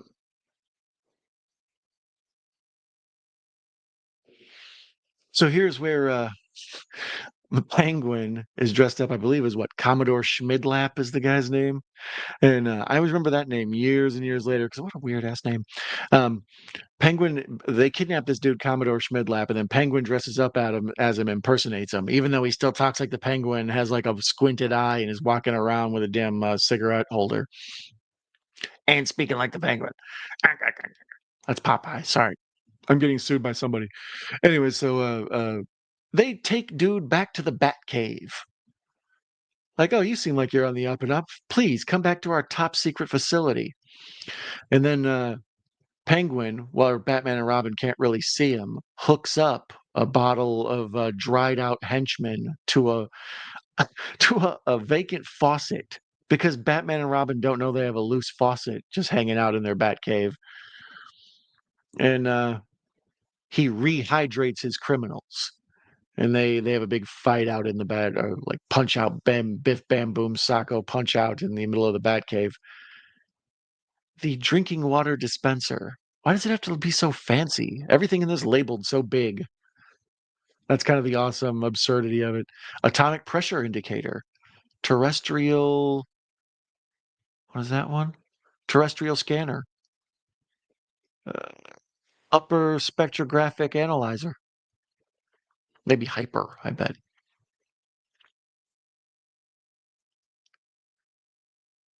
Wow. Except when Batman and Robin kick the bad guys, they disappear and turn back into a pile of dust. In the 1960s film editing slash special effects, not very good. Not very good. Not for me to criticize. But Gareth is saying hello to our friends, and they say hello back to Gareth. Pap, always nice to see you, dear. Yes, everyone loves Nate. Nate is a super cool guy. Everybody are hanging out right now. Super cool. I enjoy all of you. Um, but Everyone here right now. Gareth is one of my longtime friends on here. One of the nicest, friendliest guys I've known since I've been on here. Echo is super cool, fun, hangout guy. Him and Macabro are the best tag team on earth. I love them. Um, Liv is super cool. She's been around. You hang out with us on Into House, and you hung out with us through. You hang out with me on these late night chats. So always shout out to Olivia. Shout out to everyone everywhere. How about that? Not enough props to everyone. Don, what's the most recent movie you've seen? Oh boy. Mm, you mean like one that I've watched that when it came out or was released, or you just mean like what was the last movie I watched? I watched Moana with my daughter this afternoon. I'd never seen it before. I saw what's that one? I think it's a Max exclusive. It's Josh Hartnett as a serial. Well, I shouldn't even say that. Josh Hartnett is a guy trapped at a rock concert. I think it's maybe called Trap. It's an M. Night Shyamalan film, but it was like a brand new direct to Max film. I watched that. Um, I watched It Ends with Us. That whole thing. Um, the missus wanted to watch It Ends with Us because she read the book, and there was all this like publicity. Currently, there's a big scandal going on around it. The guy who's the writer, director, producer, and star of it, him and Blake Lively are having this big thing in the media where she says he sexually harassed her. He says that she's trying to like blackmail him and you know disparage him and ruin his career. And then folks are coming back out against Blake Lively because they've never liked her. It's all very high school. But it's been dominating the celebrity gossip and talk for a minute. I watched Alien Romulus about a week ago. Um, what else have I seen that's newer? Um, Watched a little bit of Wonka the other day. Still haven't seen Beetlejuice. I've been meaning to for the last week or so. Um, Saw Inside Out 2. Like I say, having children around, I get to see a lot of that stuff. Trap. Trap. What did you think of Trap? I didn't see it. Do you have Hulu? Yes, I do. Or drama, right? Trap was interesting. I didn't know anything about it. We watched it specifically because it was new. When you turn on Max, the page had it all big, and I'm like, oh, Josh Hartnett's back doing stuff. Cool. M. Night Shyamalan. I didn't know he had direct, streaming stuff. Um, I don't know. Was that even in the theater? It didn't seem like it. It seemed like it was a Max exclusive. Um, but I enjoyed it. I thought it was a weird kind of, definitely a different move, sort of Hitchcockian in its own way. Um, I thought the M. Night Shyamalan cast his daughter as like a very key role where she's supposed to be like this like super smart, beautiful, talented musician. It's like, damn, you cast your own daughter in that role. But yeah, I enjoyed Trap as far as like I don't want to talk too much about it because it's one of those movies. Since I didn't know anything about it, it slowly evolved. I was like, oh, I'm confused what's going on going into this, so it's unfolding for me. Trailers ruin everything. Yeah, I have Hulu. Evil Narcissistic Hate Destroyer. It takes two to tango. Takes two to throw a peeler. What did I miss? Hmm, I don't know what I missed. Um, but yeah, here the bad guys are Batman's in the Batcopter, and the bad guys are have stolen the Batmobile, and they're trying to track the Batmobile with the Batcopter. So far we've seen the Batboat, the Batcopter, the Bat Sub, the Bat Cycle, and Bat Shark Repellent.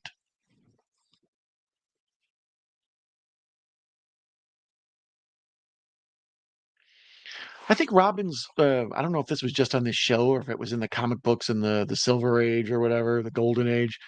Was it did he always do the holy whatever? I believe that's just invented for this show when Robin's just, holy pack of porpoises.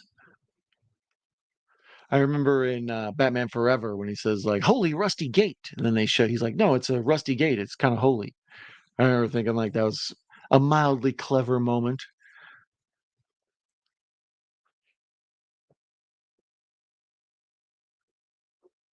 Oh, the scandal, the false accusations. Oh, about yeah, with the whole "it ends with us" stuff. Yeah, that's just been all over the media or whatever. And like I say, me and the missus have been following it because we saw the movie and it was good. We just had a baby, and it's a movie about a woman who has a baby, et cetera, et cetera. So, um, it was interesting for us to watch. Lately, I've been watching a lot of series because that's good things for late at night. You get into a series. Right now, we're currently doing Ozark. Um, but we did Mr. Robot. Um, but we've been slowly working in various seasons of American Horror Story. We did From. From was very good. I recommend From if you haven't watched that as a series. Um, I've been trying to get into the new Penguin, but every time I get started, I get sidetracked. We have Disney Plus now, which I didn't have for a long time. So I went through and watched all the Mandalorian, and now I've been watching Obi-Wan Kenobi or whatever it's called. Um, But as far as movies released recently and new, no.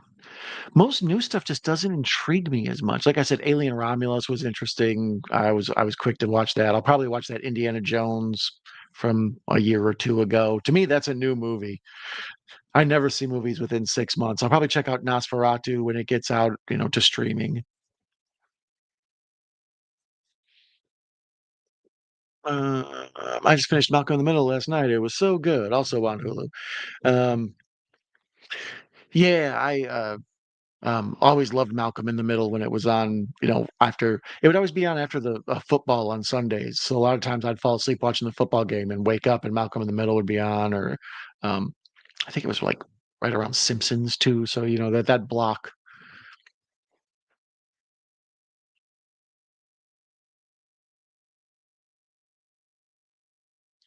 I like that Penguin has a submarine painted like a penguin, and then it's got like these little like flipper feet that propel it.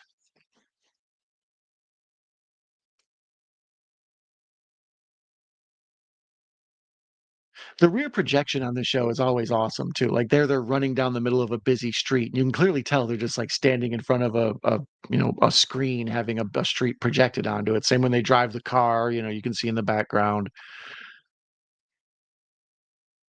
It really sort of makes their world seem big, but at the same time make everything seem so ridiculous.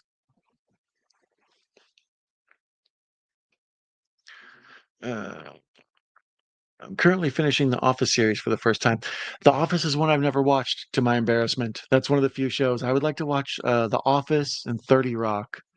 Otherwise, most of the biggies I've seen now. Ozark, I was behind on, but like, yeah, Game of Thrones, Breaking Bad, like all the biggies that people enjoyed. Lost. I watched Lost from beginning to end in real time. Walking Dead, all of them. Any of the usual ones that people check out. I never got into Handmaid's Tale. I've been meaning to start that one. Um, but usually, if a show gets enough word of mouth, like I never did Succession. I've been meaning to do that. I heard that was great. Um, I enjoyed like Shameless, very good. Um, but yeah, we're in a golden age of series shows right now. Television kind of fizzled out there for a little bit, and then when Lost blew up, they formatted really Lost and Sopranos reformatted the whole like serialized TV show where each episode connects to one another, and there's a huge running, overarching story.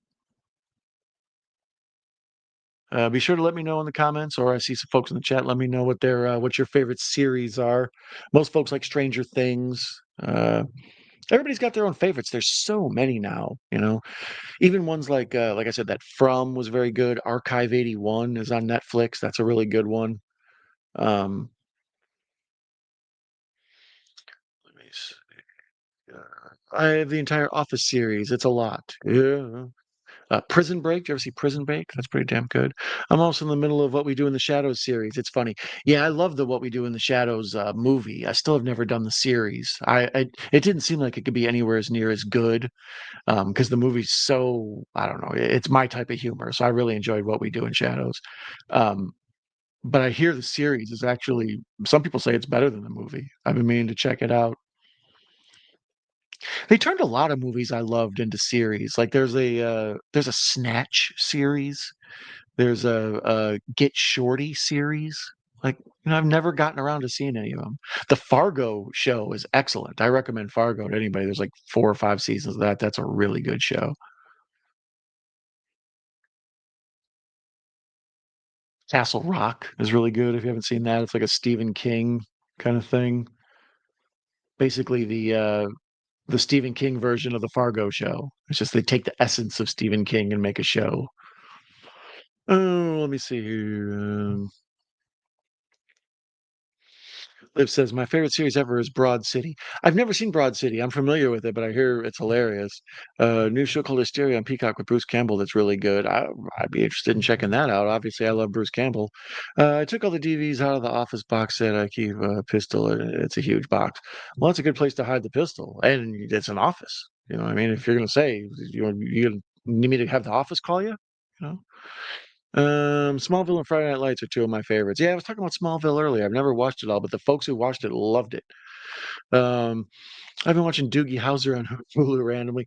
I watched Doogie Howser when it was first run. That was one that used to also be like I think Sunday nights maybe. And yeah, Vinny. Uh, I always liked Doogie Howser. I thought Neil Patrick Harris was a really good. I don't know. He's very talented. He's the White Wayne Brady. I love Bruce, but I can't bring myself to get Peacock. I already have like 5 streaming apps. It's just too much. Yeah, that's what I got into. I recently just canceled AMC Plus. The only reason I was keeping it was for Joe Bob, but otherwise, I was watching a lot on Shutter, but it got to the point where I'd seen a lot of the stuff on there I wanted to see, and I wanted to get Disney Plus for the kids, and we already had Peacock, and my mom let me borrow her MGM and Paramount Plus passwords, so I have both of those. And like after a while, it's just there's too many streaming apps to keep track of and pay for. And I have Max and Netflix, and um, basically my streaming bill is more than my cable bill ever was. Uh, Let me see here. Peacock was doing a $2 a month deal for Black Friday. Yeah, I bought Peacock. Well, I don't know, but some sort of introductory offer for 3 months, cheap, and then I kept it for football season because they have all the Sunday night football and all that on there. The 1968 Prisoner and Top Tier on Shrooms. The old school Prisoner I've never watched. I'm familiar with it, the whole guy on the island and the floating ball and all that. But that was one my mom has always told me you got to check out. I'd be interested in watching The Prisoner and The Fugitive, the old TV shows. I bet watching those all the way through probably is pretty good. So here they bust in on the UN, Batman and Robin, and this is a scene I was talking about where someone has dehydrated them and kidnapped them all. Is there anybody we know with a dehydrator? Hmm. Oh, that's right. The Penguin and them have a dehydrator. This feels like the plot of one of those old G.I. Joe movies. The old G.I. Joe cartoon used to do like 3-part movies. That Cobra would always have some absurd over the top.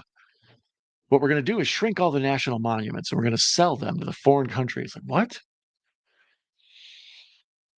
Another fave is I think you should leave with Tim Robinson. I can't remember if I talked about him with you or not. I love everything he does, like Detroiters, etc. No, I don't know if we did talk about that before. I don't recall it. I think you should leave. I've heard of though. People have. I mean, like I say, some stuff just even if it would never get on my radar, when other people start talking about it, it shows up, and then I usually will check it out. That's how I found Heroes. There's an old show that was on NBC, and I think it's on Prime right now. That's a great show. Season 1 especially is fantastic. Save the cheerleader, save the world.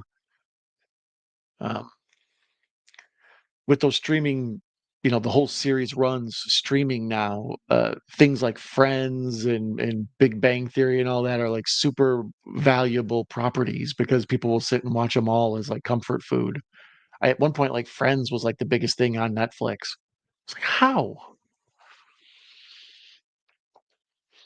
I got a bunch of screenshot of you dancing with the pug. Oh hell yeah, yeah. Me and my brother Liam. I got yeah, I got a bunch of different screenshots. Tangina was dope. Oh, that's right. That was one. The whole show was just me trying to explain what exactly I was doing. People come in. It's like, what are you supposed to be? I can't tell you who I'm supposed to be. This house is clear. And then they'd be like, "Oh, I get it now. Never mind." One of the most bizarre live streams. Tonight, instead of dressing up, I busted out the old school Batman '66 T-shirt. I figured it was within theme. And then I borrowed my son's Batman. I always get the sides wrong. When am I going to learn my direction in this? And then I busted out this guy. My son had it in the living room while I was doing stuff around here, and I was like, "Well, let me just go ahead and use you as a free prop." Um, there's a great show called Evil that's on Netflix now. It's like X-Files with the church and demons instead of government aliens. I've heard of Evil actually. For some reason, Google always recommends articles to me, and one they had was Stephen King's favorite streaming shows, and that's how I found out about From on MGM Plus. It's really good, but Evil, I believe, was one of those that he recommended. And there's one called like Silo or something. I think maybe that's on Apple. I don't know. There was a handful of that were really good, and Evil was one that Stephen King recommended. Oh, that's another one I watched that was new was the remake of Salem's Lot, because that was another one that was like turn on Max, and it was first thing on the big splash page. Because I remember when that was coming out, it was supposed to be in the theaters, and then it showed up directly on Max. I was kind of interested in watching a dumpster fire. I was looking for a blonde wig to send you a while ago for some reason you were planning. Oh, I do recall that. Yeah, that was when we were discussing me and my wigs that I was wearing for characters, and I was like, "Well, I got a brown wig and a black wig, so as long as the character has brown hair or black hair, we're fine." And then you were like, "I'm gonna get you a blonde wig." Finally, I can play Thor and Lonnie Anderson. I don't know. Pick a blonde. Oh, Don's dressed up as Marilyn Monroe watching Some Like It Hot again. Now, where do you go buy a submarine shaped like a penguin? Is that like a special order item? Where do you store it where no one notices that you have a huge submarine shaped and painted like a penguin? Like, I just don't understand how these criminals get away with stuff. It seems like they're just drawing attention to themselves nonstop. Did you ever think spray painting question marks on everything wasn't a good idea for your, keeping it on the down low? Of course not. You can tell they took the speedboat made up to look like the bat boat, and they just spent like an afternoon with two guys riding around doing like action shots, and every now and then they just cut to one of those. It's like, here's Penguin looking at a periscope, and here's the stock footage we got from 3 days ago.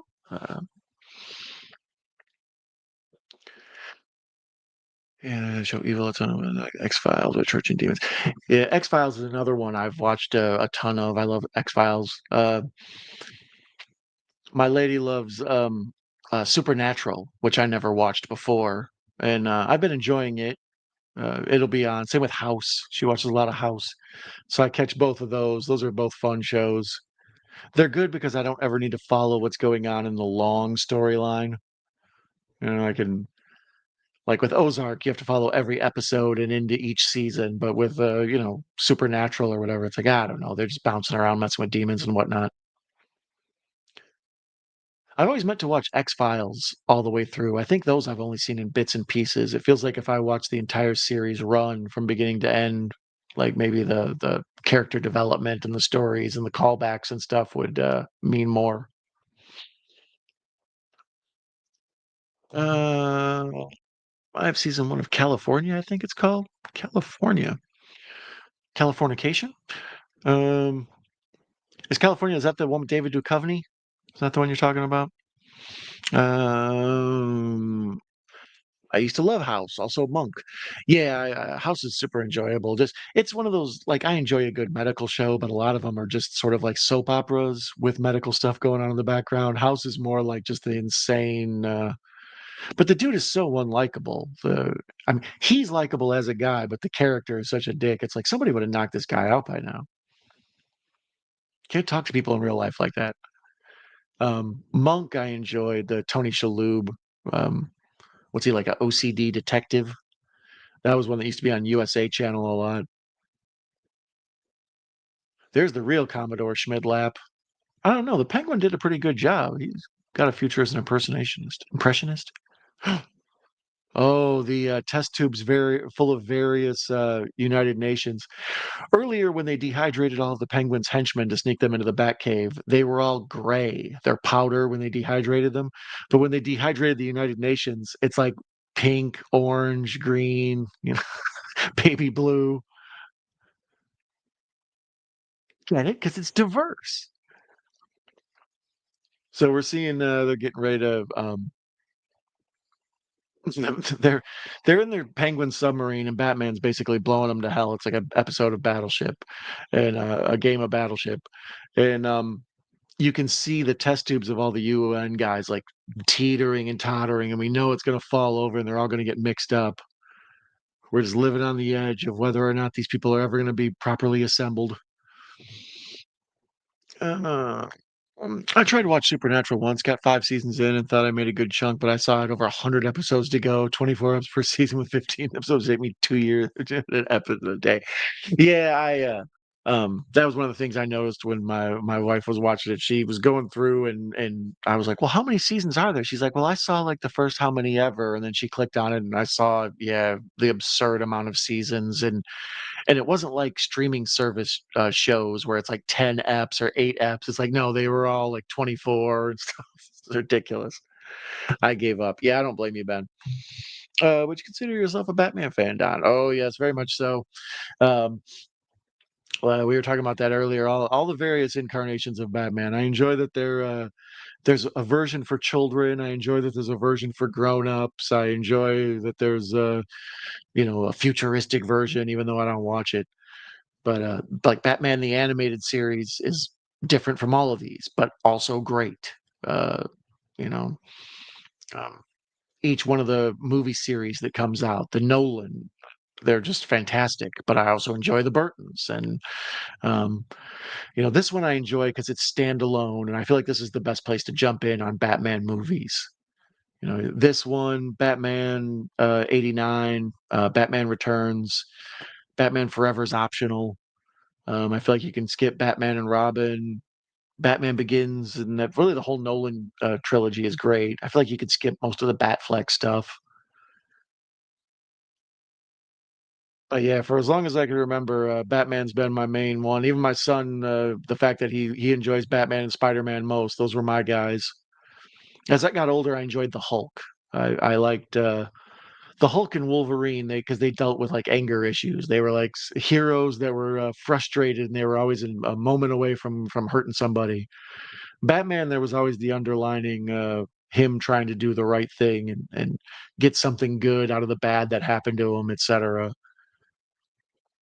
I feel like he probably has more of the depth that a lot of the superheroes don't have. So, yes, I am a Bat nerd. We are in the middle of, a series of Batman videos and films within over the next, couple weeks here. Um, hopefully to stoke the algorithm and get a few more of our, Bat friends up on here as well. As I was saying, I feel like Batman, I mentioned earlier, he's kind of the preferred superhero of the up late crowd. Batman's up in the middle of the night, doing what he does. Meanwhile, the Hulk and Wonder Woman and them, they're sleeping. Me, Batman, and Moon Knight, pretty much. Uh, Pap says, the other day I challenged people to force feed me movies. They hit me with the Kardashians' entire season one. I didn't last. Yeah, that's the type of stuff I can't do. The early reality shows, The Real World and maybe like season one or two of Survivor and some of those, very interesting. But then by the time you get to every incarnation of a reality show, game show, expose, documentary reality, whatever, like it's just you learn all the tricks. You see everything over and over again. You realize how they play to pointless things that aren't like, there's nothing important there, but they make it seem so important so there can be excitement before the commercials and stuff. So yeah, like something like the Kardashians is like kind of one notch above watching a televangelist for me. It would make me squirm to have to watch too much.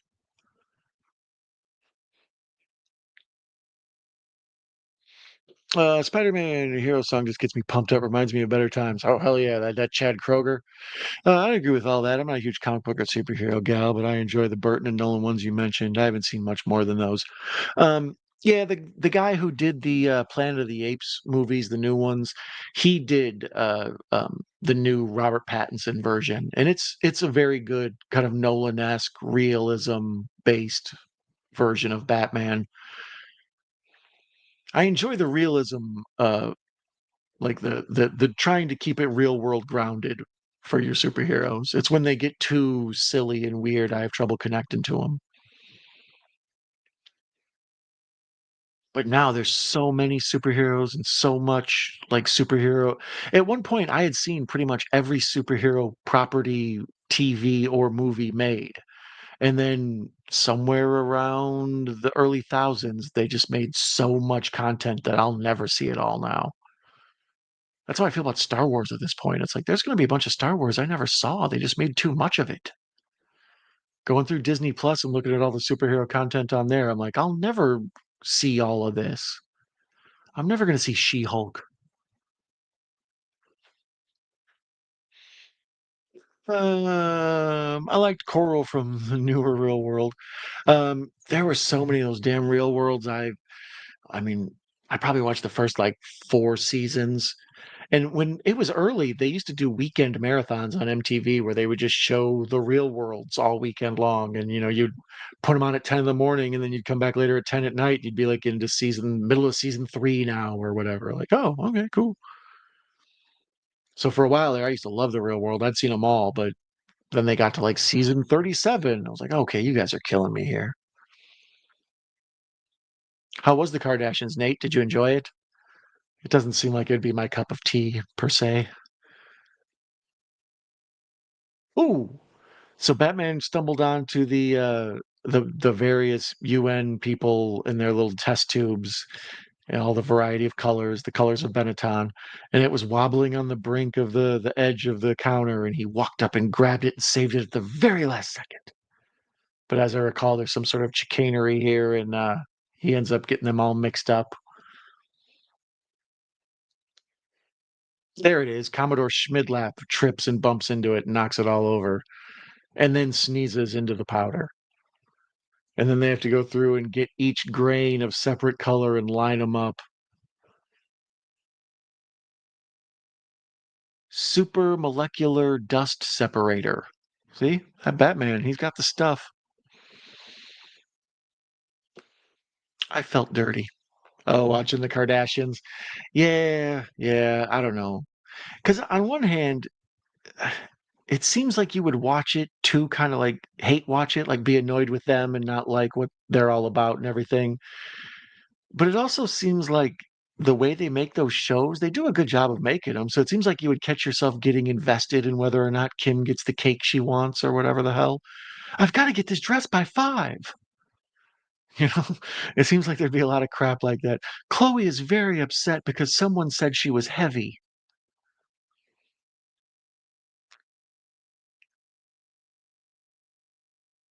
I probably would just watch to see Kanye West in the background like a Sasquatch. Like, oh, there goes Yeezy in the background.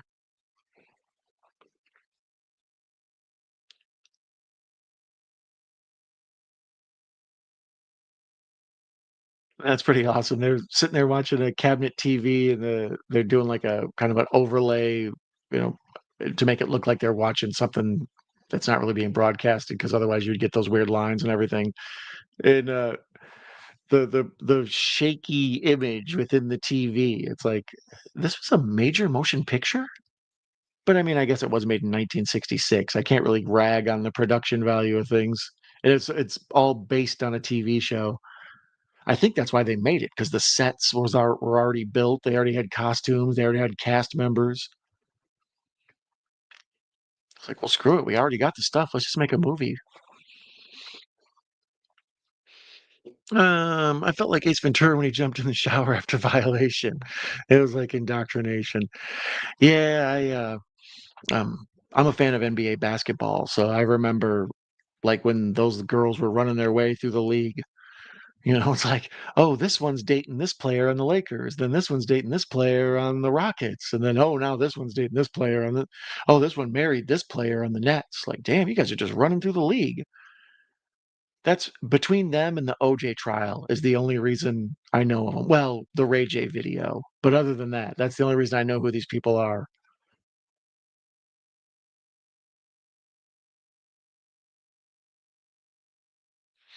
Let me see. In the newer superhero stuff like Star Wars, it was like it was glorified some kind of statement or message and virtue signal. Yeah, there was that's the thing when you kind of mass produce a genre, sometimes art sneaks in there, but a lot of times like progressive ideals or political ideas of either party will just sort of show up real heavy-handed in a lot of the stuff that they make. So like She-Hulk, as I understand, it's very like heavy duty feminist kind of thing, and then after a while it just gets sort of absurd. Um, I felt like Jessica Jones was actually really good. Um, female lead led type thing without having to be too preachy or whatever. She was a tough character.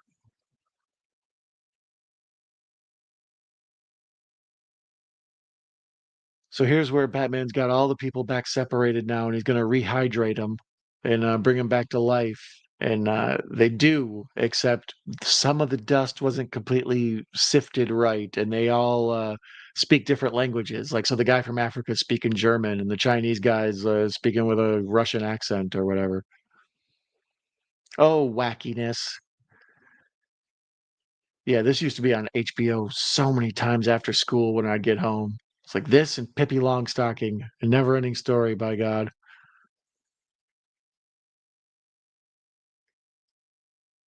Kids Inc. or whatever it was called. The Toy with Richard Pryor was always on too. I don't know why. So we are. Oh my goodness. 3:05 is it? 3:16 Eastern Time here. Currently in Tampa, Florida. Shout out to you wherever you may be. If you got someplace interesting that you're at in the chat, feel free to throw it in there or in the comments. Um, yeah, I started this one at 1:30. It's an hour and 45, 15, so I should be wrapping up as I thought. So they're currently putting the light water soft into the different people of the UN.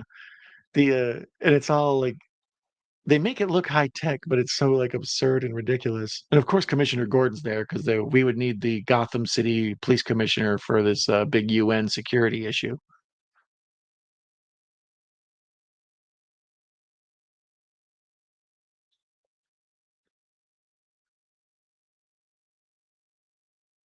I was like Randall and Clerks 2 when he was like, "Where the f is Kinky? Is the Kinky Kelly? Where's the effing movie?" Right? Kinky Kelly. I was watching. I was watching Ozark, and there was a voiceover by a guy that I was convinced was Randall from Clerks. I was like, "Is that Jeff? What's his name? Anderson?" Here, they didn't want to play into the president being Nixon at the time, so they had the president just be like over the shoulder kind of thing.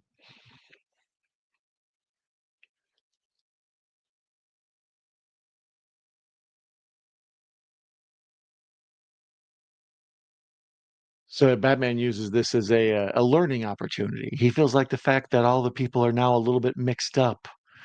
They're better for it. They're gonna have to work out their differences and hopefully see each other's different point of views. It's a beautiful message, Batman.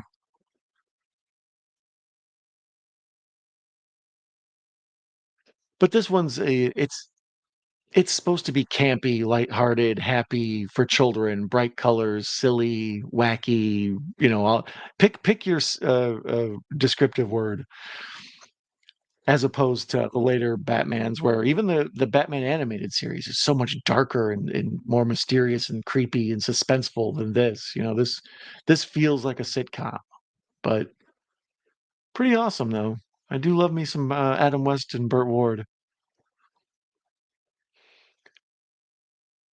So now that they've put everybody back together, they're just going to quietly let themselves out. Uh, they sneak out of the window. Their job is finished. Pep says, "I want one of those Batman hand puppets that those punches." Oh, the kind that do that thing. Yeah, I have a nun and an alien like that, and sometimes I would have Rock'em Sock'em robot fights with people.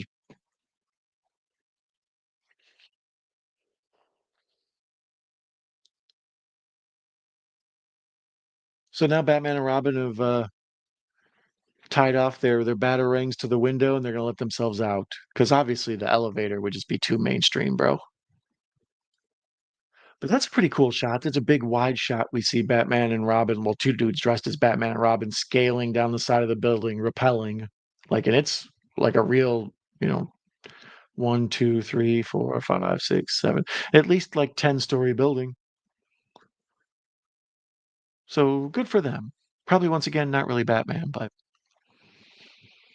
Chief O'Hara is such a dumb character in this. I don't understand why they had him. Commissioner Gordon's fine. Chief O'Hara really doesn't provide anything. And because the credits at the beginning were so damn long, it can just afford to say the end and go straight to black. I love that about old school movies. Any movies made before like 1970, that's usually the way they go about it. They put all the credits up front, and at the very end, they pile on or they just have the quick, "We're out of here, get out of the theater, go home," like the end of Ferris Bueller or something. Oh, let's see here. But with muscles. There was just the thin cloth. Yeah, yeah, those punchy deals, the Punch and Judy dolls or whatever they are. Yeah. Like I say, I've seen those in a bunch of different varieties. I think I had a Mr. T one at some point. But anyways, that was Batman 1966. Thank you for hanging out with me and Pap and Liv and Gareth and um, Anthony Chabot was here. Echo, of course, Echo said, "Oh, cha cha cha cha cha." I'll try not to punch my mic this time, but mainly thank you for joining me. I appreciate you. If you're, like I say, if you're new here, be sure to like and subscribe. Otherwise, be sure to join us more coming up because we're gonna have other Batman stuff coming up in the future. I'm hoping to maybe do some of the Burton stuff, maybe some of the Nolan stuff, maybe some animated stuff. Never can tell. But lots of bat surprises. So stay here, same bat time, same bat channel. And most of all, thank you for joining me tonight and giving me your thoughts on this and hearing my thoughts on this. And I will wish you a green grass and high tides forever. Adios, bat amigos.